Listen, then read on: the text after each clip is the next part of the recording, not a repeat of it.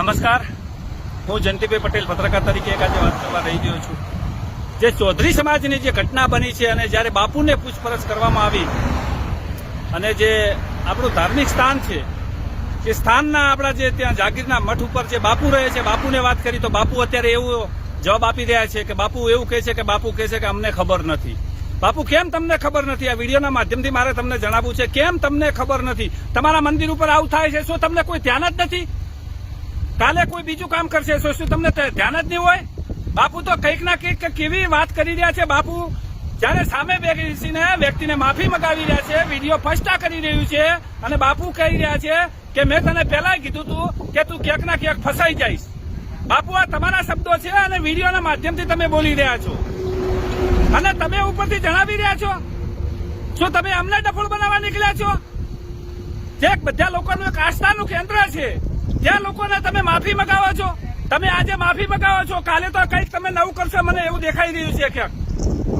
અને વધારે વાત હોય થરા અને ડીવાયએસપી સાહેબને ખાસ કહું છું કે સાહેબ, તમે કોઈ એફઆઈઆર લેવા તૈયાર નથી.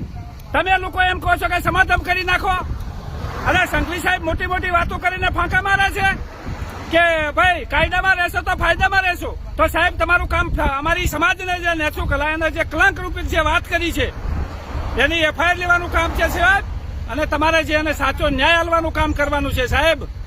અને તમે તો ઉપરથી વાત કરી રહ્યા છો સમાધાન કરવાનું. આ ક્યાંક ના ક્યાંક બે સમાજ વચ્ચે ઘર્ષણ થાય એવા વિવાદો ઉભા થયા છે આ લુખ્ખા તત્વોને વાગે. તો ગુજરાત પોલીસને કહું છું કે આમને લઈ અને તમે તાત્કાલિક એમના વરઘોડા કાઢો, નહીતર આ બે સમાજો આમને સામને આવવાની તૈયારીઓ થઈ રહી છે એવું લાગી રહ્યું છે. તો સાહેબ, ખરેખર તમે જે અત્યારે એફઆઈઆર લેતા નથી અને જે અત્યારે હાઈકોર્ટના દરવાજા ખખડાવવા પડે અને ક્યાંક ના ક્યાંક પછી અંદર પોલીસ સંડવાયેલી હોય એવું પણ મને દેખાઈ રહ્યું છે. ક્યાંક પોલીસને રૂપિયાની પણ માગણીઓ થઈ છે એવી પણ મને ક્યાંક ના ક્યાંક સમાચાર આવી રહ્યા છે. તો સાહેબ, આ શું છે બધું મને કોઈ ખબર પડતી નથી. ગુજરાતની પોલીસ કોના ઈશારે નાચે છે? નેતાઓના? તો મને એ ખબર પડતી નથી. તો કદાચ આવા અમારા એક સમાજના રૂપે અમને કલંક રૂપે અમને નીચું ખલાડવાનું જે અમને સમાજને અમારી નેચું દોરવાનું કામ કર્યું છે એનો જવાબ કોણ આપશે?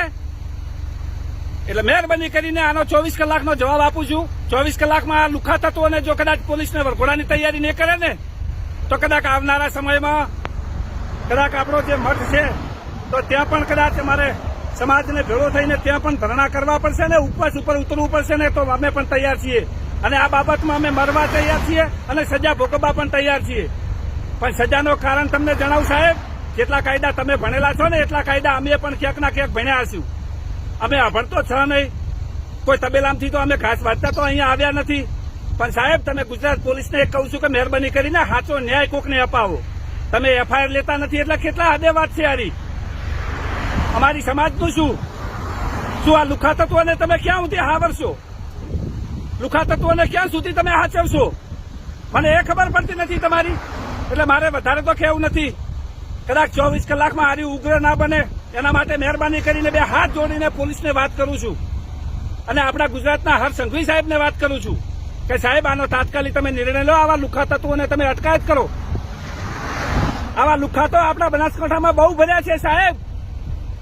તમારા અમદાવાદમાં વરઘોડા નીકળે, સુરતમાં વરઘોડા નીકળે, તો આપણા બનાસકાંઠા કોંકરેજમાં શું છે? શું આ લુખ્ખા તત્વો નથી દેખાતા તમને? આ વિડીયો પૈસા કરી રહ્યો છે આટલો મોટો વડીલ છે સમાજનો, એક મોટું અમારી સમાજનું જે નાક અમારું કાપ્યું છે, માફી માંગી રહ્યો છે, છતાં એ લોકો એમની મનમાની ચલાવી રહ્યા છે.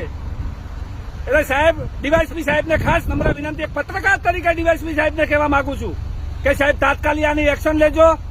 નકે કારણ કે આ સમાજ ફરીવાર મને ક્યાંક ના ક્યાંક એવું લાગી રહ્યું છે કે આમને સામને આવશે એવું ક્યાંક લાગી રહ્યું છે. એટલે મારી સમાજને કઈ અવળું પગલું ન ભરે એના માટે અમે આશા રાખીએ છીએ કે તમે તાત્કાલિક પોલીસ પોતપોતાનું કામ કરી પોતાનું એક્શન લઈ અને આ લુખ્ખા તત્વોને તાત્કાલિક અટકાયત કરે અને પછી કાયદાનું કામ કરશે. પુરાવા સાથે જે તે વસ્તુઓ આટલા પુરાવા છે છતાં પોલીસને ઊંઘ ઉડતી નથી, મને એ ખબર પડતી નથી. એટલે ડીવાયએસપી સાહેબને ખાસ કહું છું અને બનાસકાંઠા એસપી સાહેબને પણ ખાસ મહેરબાની કરીને બે હાથ જોડીને કહું છું કે સમાજને ન્યાય અપાવો. ક્યાંક ના ક્યાંક ગેરમાર્ગે દોરાઈ રહ્યો છે સમાજ એવું લાગી રહ્યું છે. અને આ લુખ્ખા તત્વો જો આના વિશે તમે કોઈ કાર્યવાહી નહીં કરો ને તો આવનારા સમયમાં આનાથી પણ મોટું થશે, મને એવું દેખાઈ રહ્યું છે. એટલે અમારે તો હવે હાઈકોર્ટના દરવાજા ખખડાવવાના રહ્યા ને. અમારે તો કોઈ પોલીસની અપેક્ષા રાખવાની કોઈ જરૂર નથી ને, કારણ કે પોલીસ જોડે જઈએ એટલે પોલીસ સમાધાનની વાત કરે છે. અને વાત રહી એસઆઈ, જે 112ની હેલ્પલાઇન છે, એ વિડીયોના માધ્યમથી દેખાઈ રહ્યું છે ખોટા કાકાને ફોકા અને ખોટા દબાણમાં રાખી અને કાકા જોડે ખોટા વિડીયો બનાવી રહ્યા છે. એટલે એમનું પણ ભેગું નામ એવું જ લાગે છે કે ક્યાંક ના ક્યાંક એ પણ અંદર સંડવાયેલા હોય એવું લાગી રહ્યું છે. એટલે હું હવે મારા ગુજરાતના ગૃહમંત્રી સાહેબને ખાસ નમ્ર વિનંતી કરું છું, બે હાથ જોડીને, કે તમે તાત્કાલિક આ લુખા તત્વોની અટકાયત કરજો મહેરબાની કરીને. બાકી આનો સમય સાહેબ કદાચ ખોટો આવશે અને અમે અત્યારે અમારા હાઈકોર્ટથી પ્રોસેસ જે કરવાની છે એ કરીશું, વાંધો નથી. પોલીસ તો કદાચ અમારી સમાજનો સહારો નથી બની, પણ હાઈકોર્ટ કદાચ શું કહેવા માંગે છે એ જોઈએ. બાકી કદાચ સુપ્રીમ કોર્ટના દરવાજા આ બાબતમાં ખખડાવવા પડે ને તો પણ અમે તૈયાર છીએ. જય હિન્દ, જય ભારત.